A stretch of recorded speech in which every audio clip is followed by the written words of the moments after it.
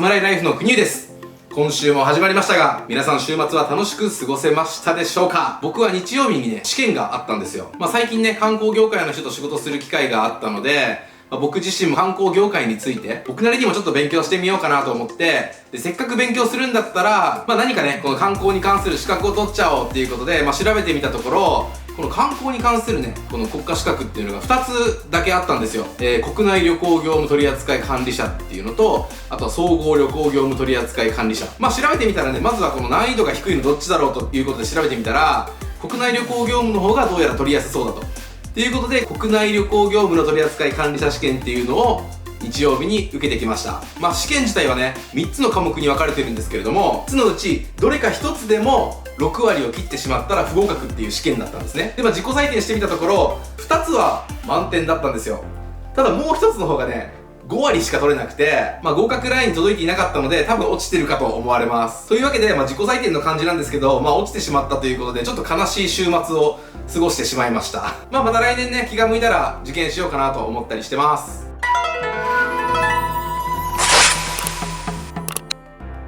さあ、というわけで、今日の密着動画の登場人物は、大物芸能人ビートたけしさんに期待される絵描き、宮本直樹さんです。で、この日ね、宮本さんは沖縄の北谷っていう場所でイベントをやるということだったんで、そのイベントの当日の一日に密着してきました。宮本さんがどんな思いで絵を描き続けているのかとか、そして宮本さんってもともとプロの格闘家としてタイで活躍してたり、そして格闘家を引退した後に消防士になって、でその後消防士を辞めて絵描きになって、もちろん宮本さんもすごいんですけれども、それを近くで見守ってきた奥さんっていうのは宮本さんに対してどう思っているのか、そしてこの宮本さんはその奥さんに対してどういう思いで向き合い続けているのか、そういったものが見える動画になっているかと思います。そしてそんな宮本さんを多くの人に知ってもらえたら嬉しいです。というわけで、前置きが長くなってしまいましたが、本編を見ていきましょう。では、ビートたけしに期待される絵描き宮本直樹、スタート。自分らしくって、人目気にしとるのも自分なんだから、もう全部自分だし、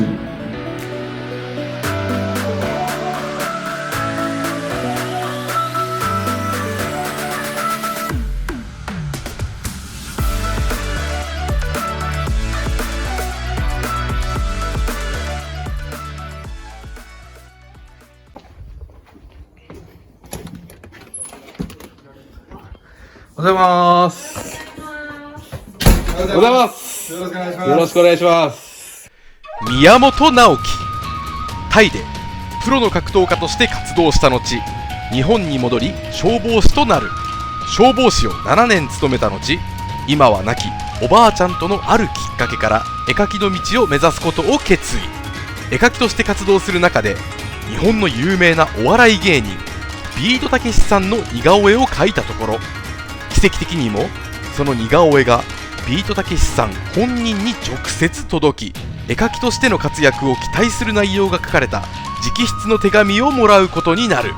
現在、沖縄の石川というディープな町で奥さんのさやかさんとおしゃれなカフェを開き、そのカフェにいつかビートたけしさんが訪れるのを夫婦で待ち続けている。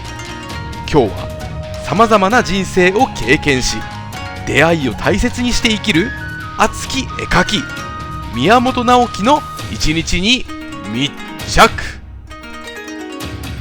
今から準備をしつつ、たまたま国どうも、おはようございます。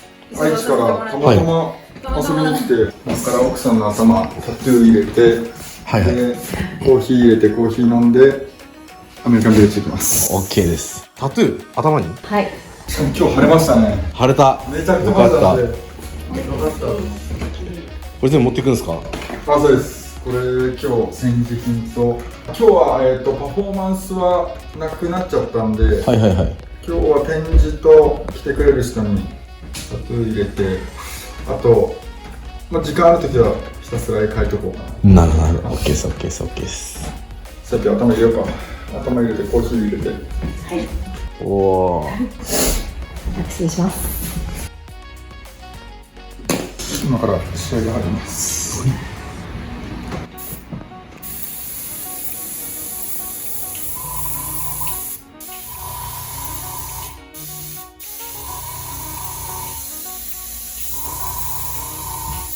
これを人にやるってことですか？そうです。やりつつ絵を販売していきます。あんま時間かからなかったですね。そうです。もう今奥さんの時はめちゃくちゃ早くやってお客さんの時はもう本当だいぶ時間かけて丁寧にやりますね。あ、そうなんだ。イベントの時が基本あんまり時間かけるとお客さん他のとこ遊びに行きたいんで、はいはいはい。小さいやつでなるべく早くっていう感じでやってますね。撮影とかで使いたいって人はもう最高2時間ぐらいかけてその全身やったりとかも。そうもう本当に和柄のみたいなやつでした。タトゥー入れる前にどんな風か見たいとかで入れられる方とかが多かったですね。コーヒーはなんか自分たちの好きなやつですか？あ、そうです。いろいろ回ってコーヒー豆扱ってるところを回って、豆もそうですけど、なんかもう対応が良かったりとか、対応早くやってくれたりとか、はいはいはい。そういうので決めました。でもなるほどなるほど。楽しみ。コーヒー美味しいですよ。今日初めてヤギ鍋食べました。ヤギ汁ですね。うおー、ヤギ汁。ヤギ鍋はめっちゃ好きですね自分。あ、そうですか？もうやばかった。めっちゃうまかったです。匂いすごくないですか？でも匂いします？それはやばい。匂いしかない。もう味より匂い。最初開けた時は本当ここにヤギがおる本から当にヤギがここにおったんですよ。牧場の匂いがするなって言って。いや、ヤギの匂いって感じたことないな。え？そうなんだ。初めて食べた時ぐらいあったでしょ絶対。やばい。いや、匂いマジで感じないですよ、ヤギの匂いが。じゃあじゃあこれは結構僕がおかしいのか、周りがおかしいのか分かんないんですけど、未だに。ありがとうございます。いただきます。やったー。これすごいですよね。すごいっすよね。すごい。かけるようになるもんですね。ね、本当に。今かけって言われたらかけるかよくわからなくなりますね。1回書いたら自分絶対2回目書けないですね。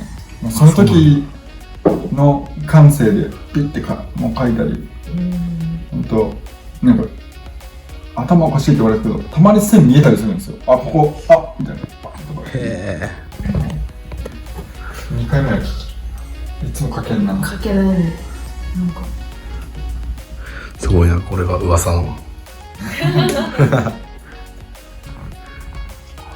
筆の守らんみたいな。すごいよな。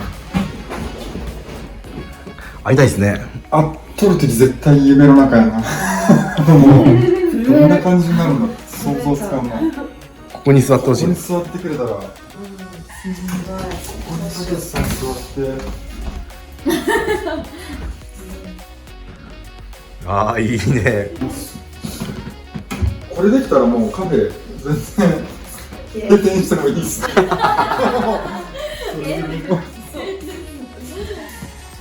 みやさんがこのペイントとかしてる時っていうのは何してるんですか？お客さんと喋ったりとか、YouTube とかでなんかコーヒーの入れ方とかを見て、ちょっとなんか勉強とまでいかないですけど、なんかいろいろ試して、これだったら美味しいかなみたいな感じで。へえ。あんまり基本何も考えてないね。ぼんやりしてるから全然気にせず、なんか自分のなんかその時やりたいことやってます。本当何も考えてないです私。なんかよくなんかどう思うんですかみたいな言われるんですけど、旦那さんがこういうことやって何も思わないんですかみたいな。みたいな。特に何も考えてないんでいいんじゃないですかみたいな、なんか本当にそんな感じなんで。だから使ってるかもしれない。なるほどな。マジで何も考えてない。いやでもなんかそれ嬉しいっすよね。いや嬉しいです。めちゃくちゃやりやすいですね。何も考えてないってこれって信頼がないとできないこと。確かにそうですね。だからなんかなんか旦那がさこうなんか変なこと言い出したらどうしたらいいですかみたいな言われてもじゃあどうしたらいいんですかみたいなどうしたらいいんですかみたいなみたいな私別に基本好きなことやっただけなんで、なんか参考にならないですみたいな。まあいいんじゃないですかぐらいの感じいいんじで。ゃないですかみたいな。好きなことやったらいいですかみたいな。ああ、いいっすね、いいっすね。作品を詰めていきます。よーし。あ、そうです。一緒に食べた。めちゃくちゃ気になる。緊張しないんですかって結構みんなに聞かれて、はいはい。緊張今してるのってうんうん。限られた人だけだからはいはい。楽しまないとと思っちゃうんですね。なるほどね。普段生きてたらなかなか緊張しないんで、うんうんうん。貴重だなと思って、もったいないと思って、もっと緊張したいな。行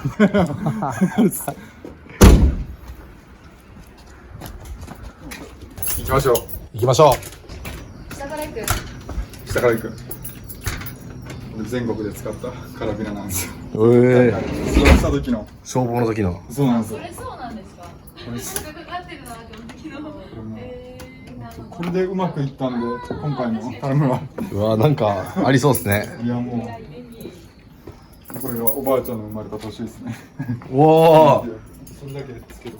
おばあちゃんも。 1938なんでニアなんですよね。こういう機会ないとなかなか喋らないですもんね、人に。絵も聞かれないと、そのどういう思いで描いたのか聞かれたら喋るんですけど、はいはい。自分から絵の説明するとなんか絵の価値下がる感じがして、まず喋らないんで、そしたらどんどんそんな喋れなくなっちゃうんで、自分曲線ばっか描くんですけど、はい。直線は答えがあるじゃないですか。もうピシッとそのずれずに。はい。曲線って曲がってれば全部曲線なんで、うんうん。なんか答えがないんで全部正解なんでみたいな、なんか曲線描くのが気持ちよくて全部合ってるみたいな感じで、はい全部正解ってなって、それが気持ちよくて、全部もう美しい曲線を描こうみたいな感じですね。それが楽しくて、直線描こうとすると苦しくなるんですよ。もう正解が決まってるんで。はいはいはいはい。だからそれだと楽しくないんで、曲線を描けば全部正解と思ってるんで、もう全部俺が描くやつ全部正解と思ったら楽しくてやりたいと思ってやらないことは多分ないと思うんで、それ全部今んとこついてきてくれるんで、言う時もありますけど、でも奥さんいなかったら多分できなかったですね。やっぱ支えられてはいますね。本当にありがたいですね。不安とか心配はたまに言ってくれるんですよ。これやるって決めたら、これ心配なんだけど、これ不安なんだけどって言って、ああそれはこうで大丈夫だからって言って大体やらせてくれますね。はいはいはい。消防を辞める時も本気でアーティストになりたいから消防を辞めるっていきなり言ったら、本気ならいいよって言ってもうめちゃくちゃ考えて、これ下手したら離婚とか言うかなと思ったらあっさり OK で、自由だねとかやりたいことやってるねとか、自分は言われやすかったんですけど、そういうふうに思って動いてるわけでもなく、で奥さんを目の当たりにしてなんか変にプレッシャー感じて、自分もなんかしなきゃみたいになって悩んだりすること多かったですね。ちょっと無理になんか誰々になろうと しやすいんですよ。その私は武器がないからって言って、そうなるとやっぱなんか個性じゃないですか、武器薄くなる気がして、今もお店に来てくれる常連さんとかもああいう感じの奥さんと喋りに来てるって人がちょくちょくいるんで、なんかもっと自信持ちゃいいのになみたいなことは喋ったりしますね、奥さんと。会った時結婚すると思いましたね。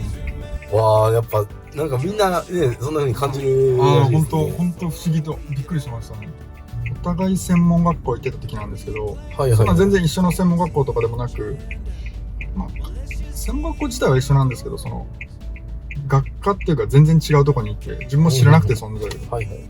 最初見た時にもうこの人と結婚するってなんか思い込んで、すごい。なんかそう思ったんで全然そのガツガツいけたんですよ。彼氏もいるって、彼氏と一緒に沖縄から出てきて言われたんですけど、はいはい。振られたんですけど最初、はい、振られたっていうかそれで幕張られたんですけど、はい、普通だったらそうなんだで諦めるんですけど、もう何とも思わなかったですね。それでも多分いつか別れて結婚するんだろうなと本当に思ってて、すごっ。だから全然変なちょっかいとかは出さなかったですけど、なんか絶対結婚すると思ってましたね。すごいな。それもちょっと勘違いかもしれないですけどいや果がね。いや、本当自分できてんね。本当自分でも、ああ、本当にできたなと思って。すげえ。自分じゃなきゃ見せれる景色を奥さんに見せたいなと思ってますね。はいはいは普通って言い方がいいか悪いかわからないですけど、こんな結婚生活あったんだと思わせれるようなことはしたいなと思いますね。でも結構そのせいで苦労かけてるとこあるんで申し訳ないなと思いますけど、今思ったらお店出す前も本当すごい苦労したんで、その奥さんと2人で泣いたことも何回かあったぐらいきついことあって、今思うとめちゃくちゃ笑い話になるんですよ。あの時きつかったねとか、めっちゃ泣いたねとか、はいはいはい。お金なくて1日サバ缶1個で2人で生活した時あったんですよ。へー。一番最悪の時が今よく笑って、よくサバ缶で1日過ごしたなあの時とか、なかなかそんな笑い話もできないしな。一人だったらやっぱ潰れてたかもしれないですけど、奥さんいたんで、無理やりでも笑えた環境だったんでよかったです。奥さんと絶対喋るのが、選択を全部正解にしようって喋ってますね。はいはいはいはい。その不正解でその A か B どっちにするって言って、まあその時 A がいいって直感で思ったら、やっぱ直感信じていきたいんで、直感をもう何が何でもどんだけ時間かかっても正解にさして、そしたらまた自分の直感信じれるじゃないですか。そっちでなんていうんですか、直感は A だけど、まあ、みんなでいいって言ってるし、すごい経験者の人が B って言うし、やっぱ B がいいんかなってなって B でうまくいっちゃったら、それから先の人生多分めちゃくちゃ怖くなっちゃうんで、自分は。はいはいはい。何も信じられなくなるんで、もうどんな今回の石川でお店出す時、本当にすごい人数の人とかすごい人とかに絶対ダメとか良くないとかボロンカス言われて、はいはい。無理やりでも何でもあそこ正解にしちゃったら、やっぱ俺ら直感当たっとったねっていう人生がしたいですね。なんか選択は運じゃないなとは思ったりしますね。もう正解は自分主体だから、はいはい。正解になるまでやれば正解になるし、で奥さんとよく喋ってますね。だからどんな苦しくても正解するまではやろうって喋ってます。確かに確かに。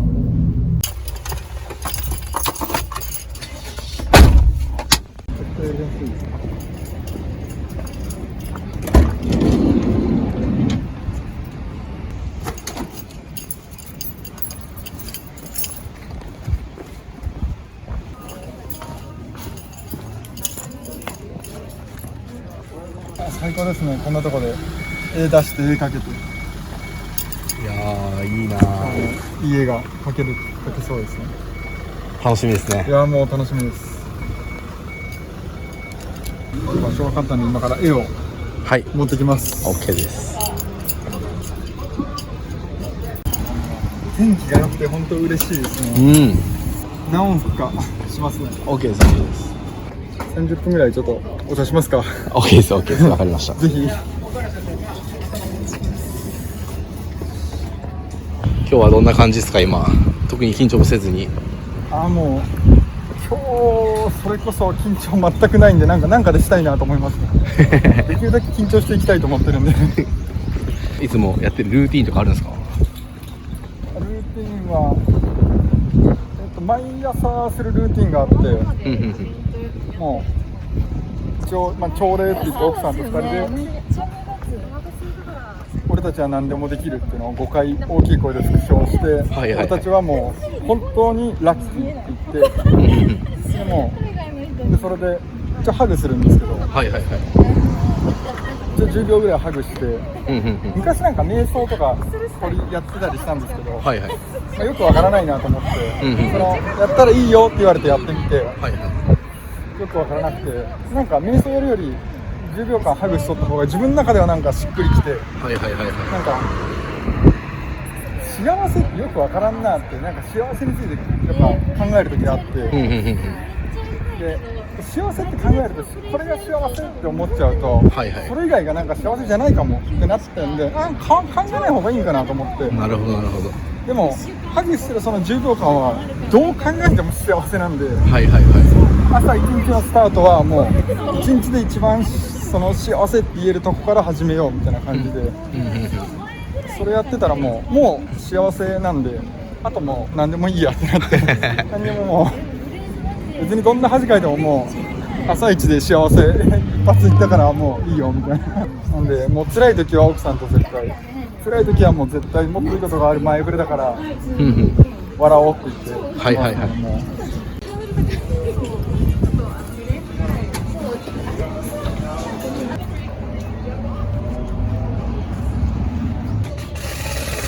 タトゥー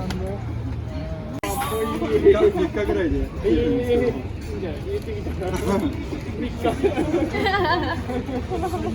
最悪すぐエタノールあればすぐちょいちょい人も増えてきましたね。できますね。やっぱりお昼ぐらい。楽しみだな。ありがたいなこれは。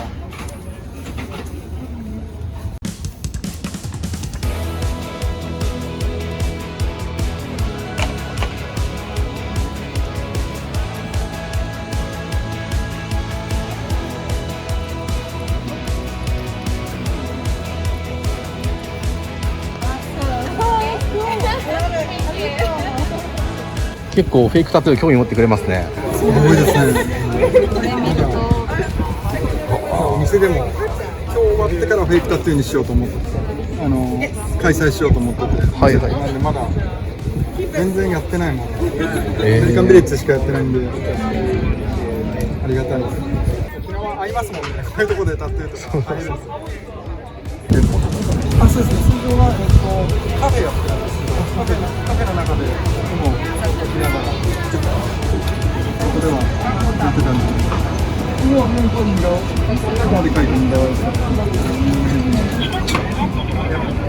いろんな出会いありますね、イベントは。イベントなんか不思議と今まで全部のイベントでめちゃくちゃスロースタートなんですよ。最初が全然入らなくて結構うわって思いして、でもイベントやって最終的にやってよかったと思う人と絶対出会うんですよ。あなんで絶対断らないようにします。あ、めちゃめちゃいい。どっかでバンってくるな。なんか今日もいろんな人来てましたね。今日来てましたね。本当にめちゃくちゃ来てくれたな、なんだかんだ。すごいな。それで繋がってくるんだな。嬉しいな。今やっぱ下の方はちょっと値段するんでちょっと買えないけどって言ってその代わりお店行かしてとかもう正直そんなんで全然嬉しいんで全然反応してくれるだけでもはいはいはいあはりがたいので、好きでなんか買ってくれるので、それだけでありがたい。嬉しいです。コーヒー買ってきてくれたりとか飲み物買ってきて、さっきもアイスクリームとかああいうの本当気持ちすべてじゃないですか、はい本当に毎回泣きそうになりますねもうみたいな。もう全部持ってかられるみたいな。い。いや嬉しいなそれ。気持ち感じると本当に嬉しいですね。うんうんうん。ありがとうございます。ありがとうございます。いやーよかったっすね今日。いやー本当ああ、よかったです。最後すごい人気でしたね。ああもうよかっはい、畳みかけがすごかった。いやーすごかった。た。いつも最後来るな人が。最後にいつもガーってくるんですよ。いいよ、明日もいるよ。明日もいるから。頑張るね。なんていい人。はい。話してかくね。ありがとうございます。ありがとうございます。バイバイ。遊びに来てね、リザードン書いて待ってるね。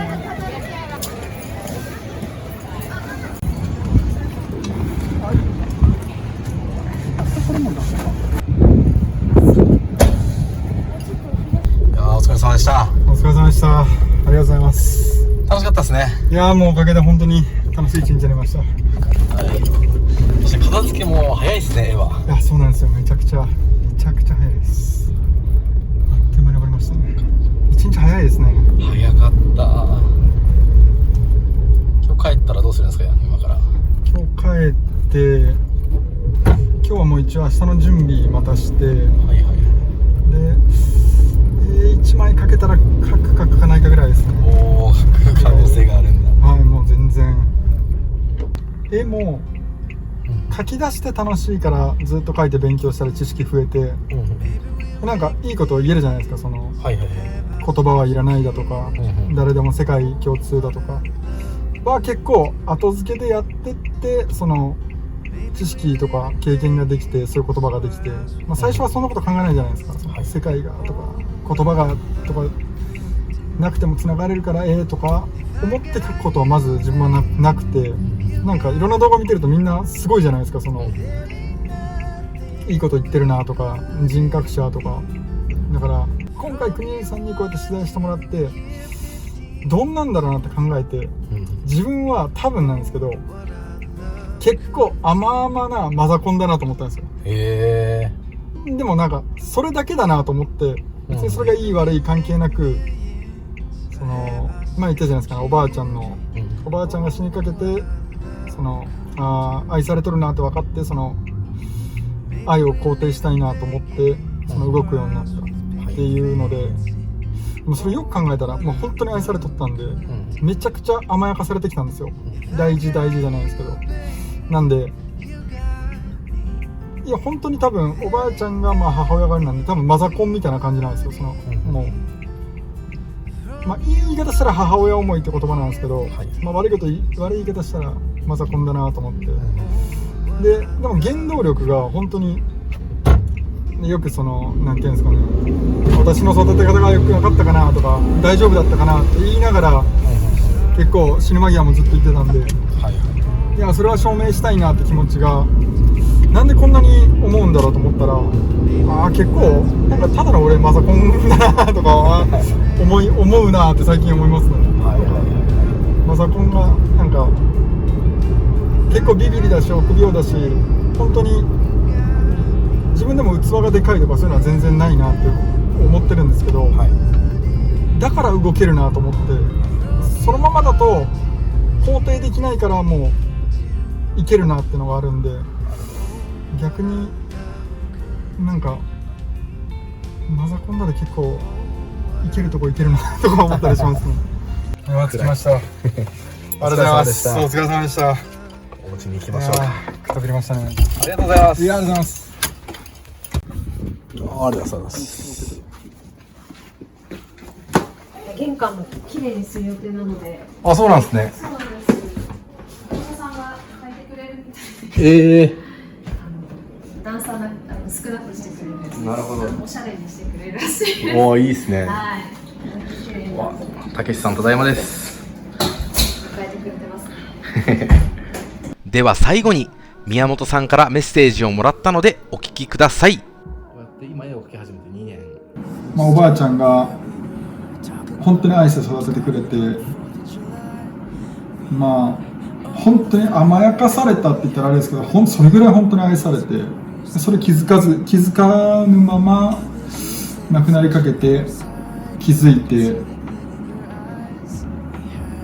でやっぱりその育て方大丈夫だったんかな私はとかおばあちゃんが言ってたのを、でやっぱマザコンみたいな感じですけど、いやあんたの育て方が良かったって言いたいって、本当そこだけだったんですよね。そこだけでなんかそこから結構いろいろ考え方が変わって、自分は環境はラッキーだと思うんですよ。もう家族がいることとか仲間がいることとか友達とかこうやって奥さんいることって当たり前じゃないじゃないですか。だからもう自分はもう今の時点ですごいラッキーだなと思ってて、だからもう恵まれてるなと思うんですよね。でそこはもうラッキー、運だな、運がいいなって自分でも思うんですよ。もう家族いて愛する奥さんいて、で夢をこうやって手伝ってくれる、理解してくれる奥さんでしかも今5体満足で、別に5体不満足だからアンラッキーとも、別に5体不満足でもすごい全然っていう人もいますけど、自分からしたらやっぱこうやって健康な体で今いるだけでも恵まれてるし、だから環境に関してはもうラッキーだと思ってるんで、自分は運を持ってると思ってるんですよ。でそこから絵描いていくにしろ何かやるにしろ選択するって意味では、どっちにしようってなって、A を選びました、失敗しました、なんか俺は運が悪いなって言いたくないなと思って、なんかみんな自分が思うに、失敗しないようにいろいろするとは思うんですけど、もう選択してからはもう自分の力で成功にしちゃえばいいと思ってて、自分は直感をすごい大事にしてて、やっぱ自分の直感信じたくて、直感信じれるとやっぱ自分のことをもっと好きになるし、直感信じて選んだ方を何が何でも正解にさせるって思って生きてますね。なんかそこは運じゃないなと思って、選択してお前運が良かったなとかじゃなくて、もうそこは運関係なくもう自分次第だなと思ってて、おばあちゃんが亡くなったことから先祖のことを考えるようになって、自分が先祖が命をつないできた結果だけ見たら、理由だけ見たら自分じゃないですか。その命をつないできた理由っていうのは、命つないできて今自分の番なのに、いやちょっと俺今回はとは言いたくないなと思って、だから本当なんかやっぱ自分の選択正解にさせるってすごい苦しいこともあるし、そんな簡単じゃないけど、そういう時は自分一人のことで考えずに遡って自分を考えると動けるですね。それが合っとる合ってないは分からないですけど、自分はそうしてますね。自分の番なのにいやいやみたいなことをしたらもったいないなと思ってますね。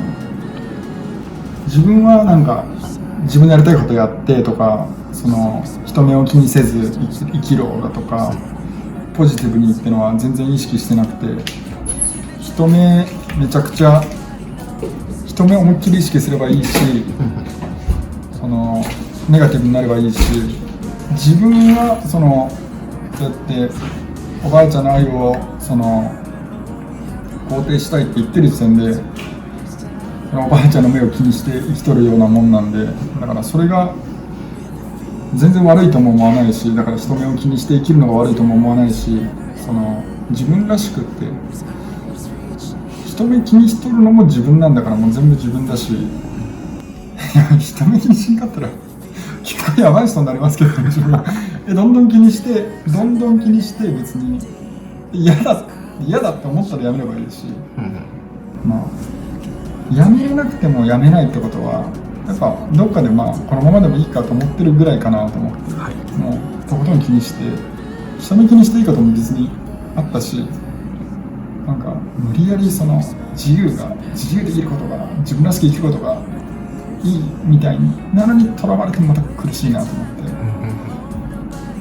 こうじゃなければならないはないと思ってるんで、なんか全部そういうのも知った上でやるとか要領よく生きとったら多分あんま楽しくないですもんね。どんどん悩んで苦しんでっていうのも笑い話にするのぐらいが一番自分は楽しいと思ってますね。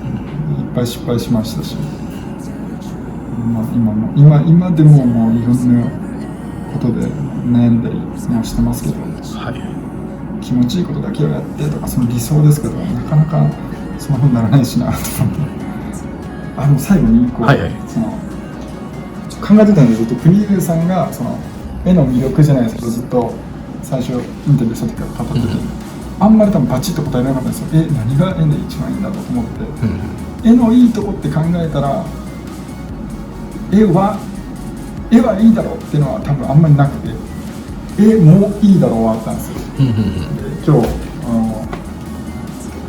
あそこであったじゃないですか、やりながら、絵はこういうこともできるなと思って今日描いたんです。おお、すげえ。こういう音楽とかマジックもなんですけど、絵はこういう武器があるよみたいな。うわー、すげえやられた。マジっすか。マジっすか。マジックとスプレーがあれば描けるんで、うわー、すげえ、最後の最後に。マジか。そうやって喜んでくれることも絵はできるなと思って、いやー、大事にします。もうぜひちょっと今日お礼です。うわー、ありがとうございます。ありがとうございます。 1時間ぐらい国見さんの顔見てましたね。やばい。いや、嬉しい、めちゃくちゃ嬉しい。すごいな。じゃあ最後に僕の方から一つ聞いていいですか。今の夢は何ですか。もうシンプルにたけしさんここに座ってもらうことですね。一番の夢っていうか、その一番大きいか小さいかわからないですけど、この席ですか。たけしさんここに座ってこうやってもらうことですね。なるほど、向かい合うんですね。そうですね。で、似てねえじゃねえかバカ野郎って言われたらですね。あ、なんて似てねえじゃねえかバカ野郎って言われたら最高ですね。似てるんだよな。でも本当そういう夢ですね。なるほどな。この席ですね。もうここにこの席に。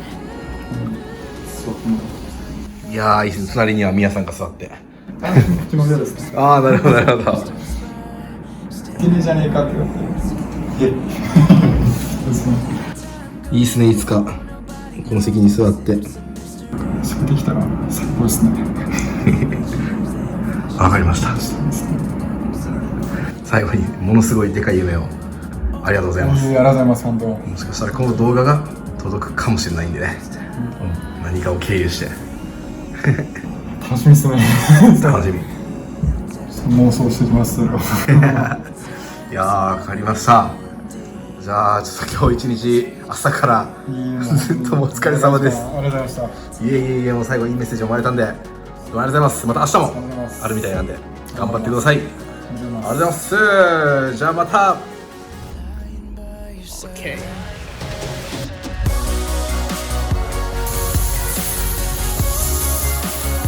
波乱万丈でもいいから自分が主役の人生。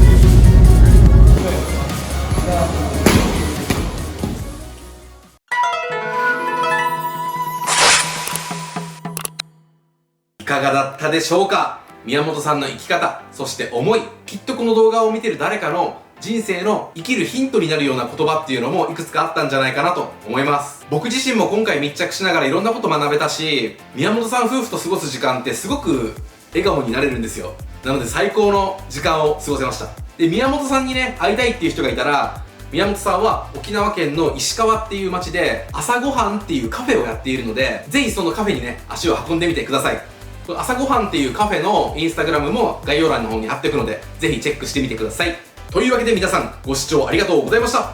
この動画が良かったと思ったら、チャンネル登録、コメント、高評価、どうぞよろしくお願いします。では来週またお会いしましょう。では皆さん、今日の自分に高評価。せーの、いいっすねー。また来週。